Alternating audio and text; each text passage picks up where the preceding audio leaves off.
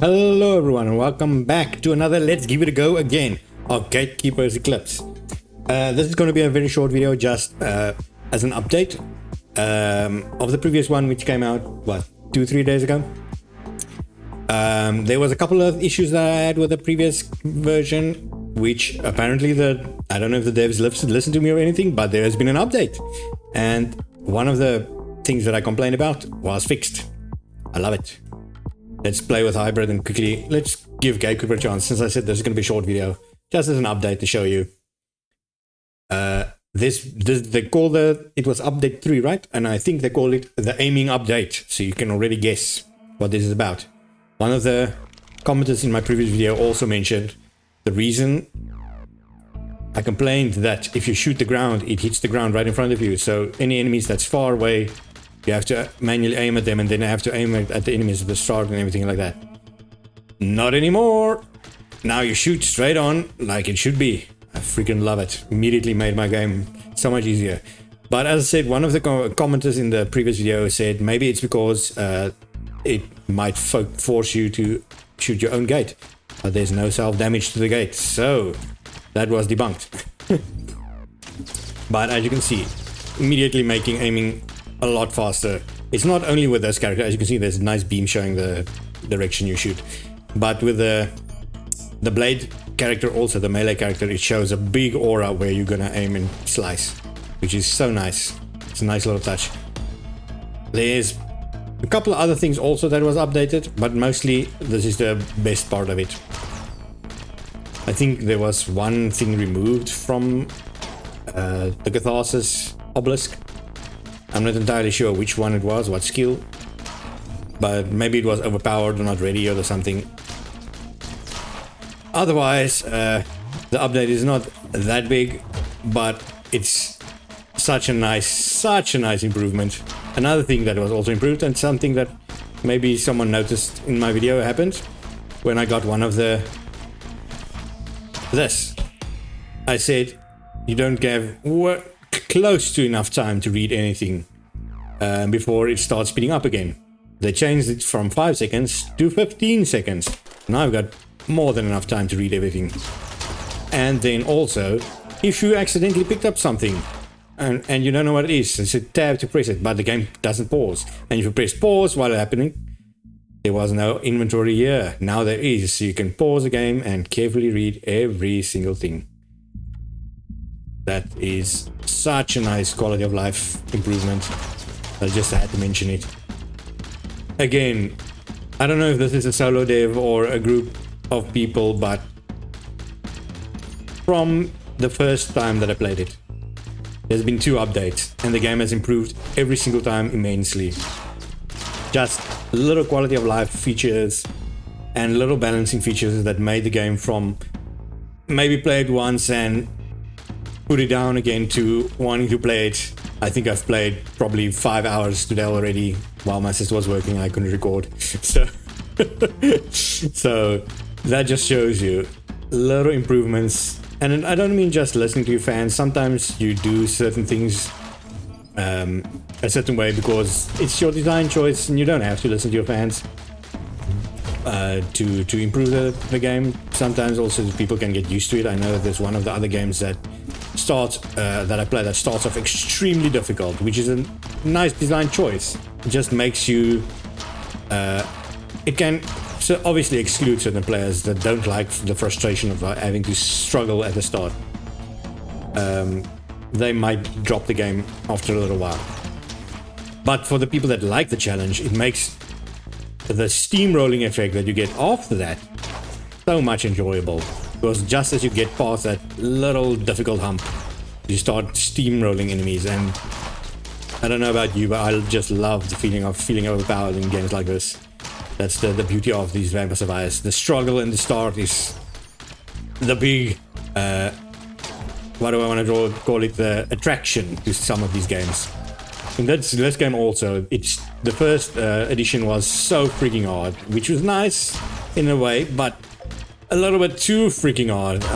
I couldn't even complete a single stage. All of them felt like this. And if you're a new player and you have no idea what you're doing, then No, this is even a little bit easier than it was. Then this horde of enemies piling up on you with no idea what's going on. Just ruins your gameplay. A little bit, ruins your experience, I should say. And just the little balance improvements that the devs made is so freaking nice. That's why a lot of times I encourage devs, if they have a mode like this, where they want it extremely difficult, which is fine, just make a single mode that is a little bit easier for people that don't want to struggle. Maybe they like feeling a little bit overpowered, and then after they get used to the game, like I'm doing now, I'm already switching to the 200% because I'm so used to the 100% or beating the 100% difficulty pretty easy. So I switched to the 200%, which is a lot more difficult. But now that I'm ready for it, at least, now I can take on the challenge. Whereas normally, if that's your base difficulty, you're gonna push a lot of players away. You're gonna limit your players, and most of these survivor games are made by small devs, so you don't really want to push away all of your potential players, especially if you've got something that's so closely related and inspired by a very beloved game series like Risk of Rain. Oh, it's going pretty well, but also you can see the difficulty from my previous video. The difficulty from 100 to 200% is a lot more, even with the improved aiming that I have now, since I can aim all the way to the end of the screen. I can even shoot enemies off screen if I know that which way they spawn, which is pretty nice. Let's quickly check. I've also discovered a couple of other things, skills that I previously did not understand because I didn't get time to read them. Now that I had time to read them, I see they're actually pretty freaking good. And I have confirmed that that is my ultimate. I don't remember if I discovered that in the previous video also, but your F is your ultimate, and getting that ability with this character where you get more charges on your ultimate is just extremely good with this character. This boomerang can be extremely good on the final stage.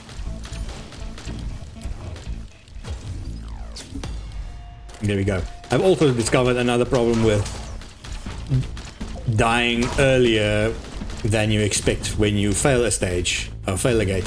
Like, I'm pretty sure I'm going to fail the next one. I've tried the 200% I think 3 times already, and I failed the third one every single time.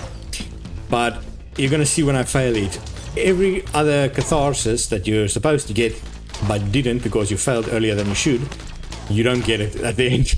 So you're just underpowered already by the time you get to the final gate, which is a downhill slope for you, or an uphill mountain to climb, I should say. So yeah, it's a portal recharge cooldown. I finished them a little bit faster than I thought, but I can already tell I'm severely underpowered. I don't have enough damage, I don't have any crit, I don't have any of the follow-up damages.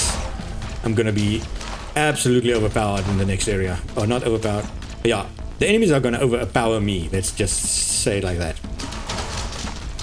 So as I said again, this is just going to be a quick follow-up video. I'm just going to do this until I fail. I've explained my reasoning why I think this update is a game changer. Once again, after the previous game-changing update already, the devs delivered yet another fantastic update. Content-wise, obviously, nothing new, but it doesn't need it at the moment. There's still so much to explore. I mean, there's still 2 skills I still haven't used, but both of them are curses, so something that you have to risk. Let's throw that out there. You can see there's a lot of enemies coming in from here now.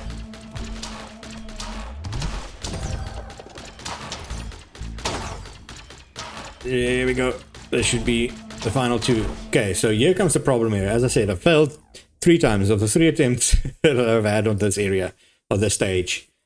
I failed it every single time, and it's because there's this gate is wide. It's a big gate. Get some attack speed. So as soon as I think I'm protecting the gate from this side, then they come all the way from down here, and then I have to cover this side, and then soon I get overwhelmed from both sides, and it's just a shit show. So immediately I see these guys coming. I accidentally threw my F there, but it's fine, my ultimate. I'll just try to mop up as quickly as I can some of these guys. Just throw out another F there to have it on cooldown. And then I should head back, because I've got a Catharsis, and also some of these enemies are going to be appearing right now. Where are they? Where are they? Where are they? Where are they? Nowhere. Son of a... Okay, see? I've overestimated my guessing abilities there. I was sure they were going to come from there. But no. And the final area, if you remember in the previous video, if you watched all the way today, when you fight the final areas, I usually charge the gates like I do at the moment. But some of the times, there spawns 2 gates at a time in this 200% difficulty, and that's when you get overwhelmed pretty easy. If you don't have enough damage to blow up a whole gate in one shot and quickly run to the other gate, you're gonna get screwed. And I'm really surprised with at how well my first video did. Got a lot more views than I normally get in most of my views. I do get some of the videos, I get a lot of views, but I was so surprised and so humbled by how good the first video did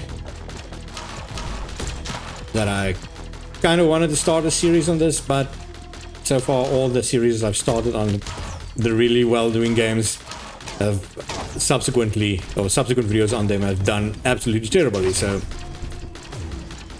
let me know in the comments if you're interested in seeing more. I'd rather just ask you and see if people are interested in seeing more of it. The only series so far that's actually doing decently well that I'm continuing is my Phantom Burst daily runs, and that's just something to awaken my mind also every day, so that's why I do it regularly anyway. You can already see some of these guys are getting very, very strong. These rock guys, you can see how much damage they take now. And they start spawning like 8 of them per gate, with 2 gates spawning at the same time. Give me something that I can use. Let's try this, see any extra damage I can do at the moment. It's deeply appreciated because it's getting pretty bad. Come on. Let's see my health go down.